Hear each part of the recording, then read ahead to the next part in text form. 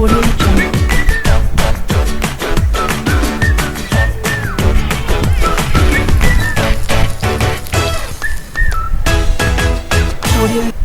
Hello friends, எல்லாருக்கும் வணக்கம். இன்றைக்கி நம்ம வீடியோவில் என்ன பார்க்க போகிறோம்னா ரொம்ப ஹெல்த்தியான ஒரு ரெசிபி தாங்க.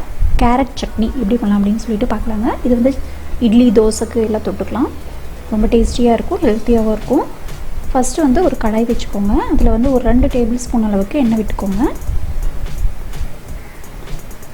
எண்ணெய் காஞ்சதும் அதில் 1 டேபிள் ஸ்பூன் அளவுக்கு உளுத்தம்பருப்பு போட்டுக்கோங்க. அதுக்கப்புறம் 1 டேபிள் ஸ்பூன் அளவுக்கு கடலைப்பருப்பு போட்டுக்கோங்க. ரெண்டுமே வந்து கொஞ்சம் லைட்டாக வந்து ப்ரௌன் ஆகட்டும், அது வரைக்கும் ஃப்ரை பண்ணிக்கோங்க.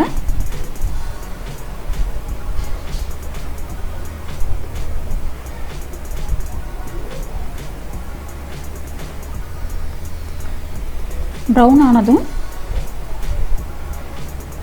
ஒரு பெரிய வெங்காயம் கட் பண்ணி போட்டுக்கோங்க. இது வந்து ஒரு 2 நிமிஷம் ஃப்ரை பண்ணிக்கலாம், போதும், ரொம்ப அதிகமாக தேவையில்லை.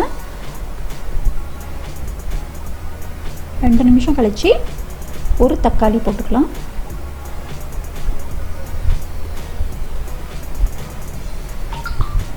அதுக்கப்புறம் காஞ்ச மிளகா. காரம் வந்து கொஞ்சம் அதிகமாக இருந்தால் தாங்க சட்னி நல்லாயிருக்கும், ஏன்னா கேரட் வந்து ஸ்வீட்டாக இருக்கிறதுனால. அதுக்கப்புறம் கொஞ்சமாக வந்து புளி போட்டுக்கோங்க.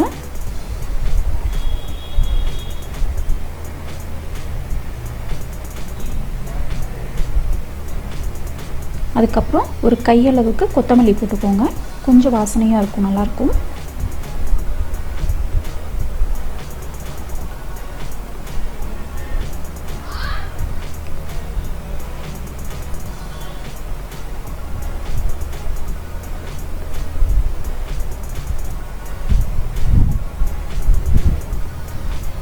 இப்போது நம்ம கேரட் போட்டுக்கலாங்க. நான் 3 கேரட் போட்டிருக்கேன், மீடியம் சைஸு, பொடியாக கட் பண்ணி போட்டிருக்கேன். நீங்கள் துருவி கூட போட்டுக்கோங்க.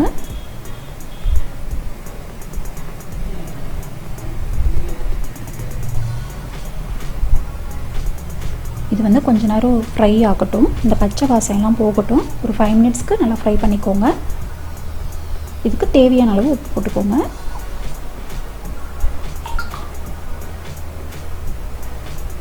ஃப்ரை ஆகிட்டு பின்னாடி சூடு வந்து நல்லா வந்து ஆறிட்டு பின்னாடி மிக்ஸி ஜாரில் நம்ம போட்டுக்கலாம்.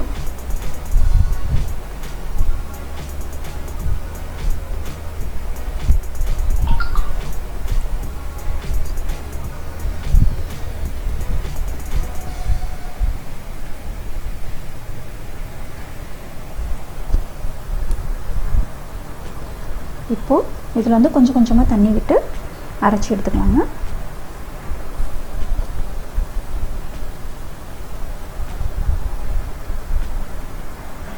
கேரட் வந்து ரொம்ப ஹெல்த்திங்க, எல்லாருக்கும் தெரிஞ்ச விஷயந்தான்.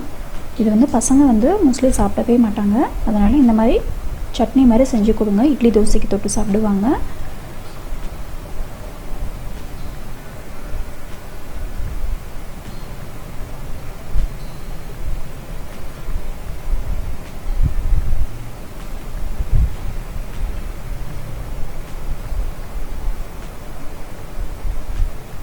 சட்னி ரெடி ஆயிடுச்சுங்க.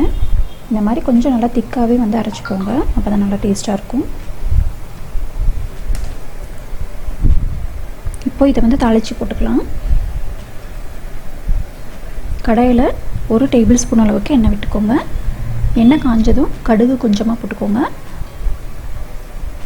அப்புறம் சீரகம் கொஞ்சம் போட்டுக்கோங்க.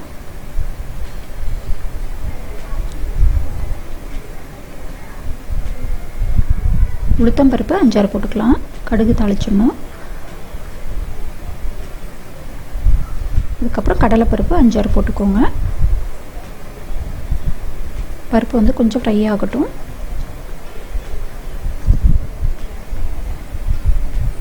ஃப்ரை ஆனதும் லாஸ்ட்டாக வந்து கருவேப்பிலை போட்டுக்கோங்க.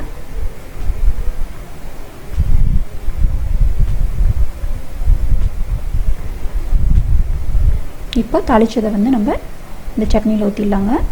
அவ்வளோதான், கேரட் சட்னி ரெடி ஆகிடுச்சு. கண்டிப்பாக இந்த ரெசிபியை வந்து ட்ரை பண்ணி பாருங்கள்.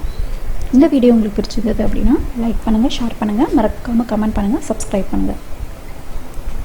நன்றி, வணக்கம்.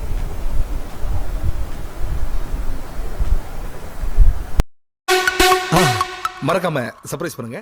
தேங்க்யூ.